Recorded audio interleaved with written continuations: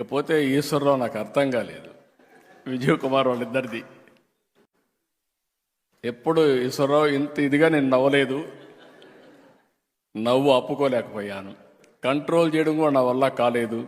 Extraordinary performance. మీ ఇద్దరికి మనస్ఫూర్తిగా అభినందన, ధన్యవాదాలు. అంటే వెరీ సింపుల్. మీరు ఇదే మాదిరిగా ఉంటే కానీ అందరూ ఉంటే హాస్పిటల్స్ అవసరంలా, ఆరోగ్యంగా ఉంటాం, అందరం ఆనందంగా ఉంటాం, స్ట్రెస్సే ఉండదు. మా సత్యకుమార్కి పనే ఉండదు, హాస్పిటల్లో మందులే అవసరం లేదు, ఆ డబ్బులు కూడా వినోదం కోసం ఖర్చు పెడతాడు. అందుకే అడుగుతున్న పయ్యావుల కేశవ్ గారిని,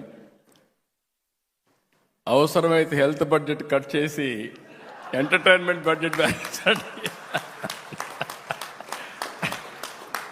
ఇట్ ఈస్ సప్లిమెంటేషన్.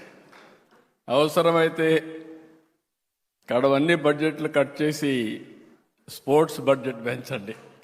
ఆటోమేటిక్గా హెల్త్ అనేది, ఈరోజు మీరు చూస్తే బుచ్చయ్య చౌదరి గారిని చూశారు, పడ్డాడు కిందన, తల మీద గాయం ఉంది, కానీ రాజీ పళ్ళ, రక్తం చిందుతా ఉన్నా వేరే వాళ్ళకి స్ఫూర్తినివ్వాలని బ్రహ్మాండంగా పర్ఫార్మెన్స్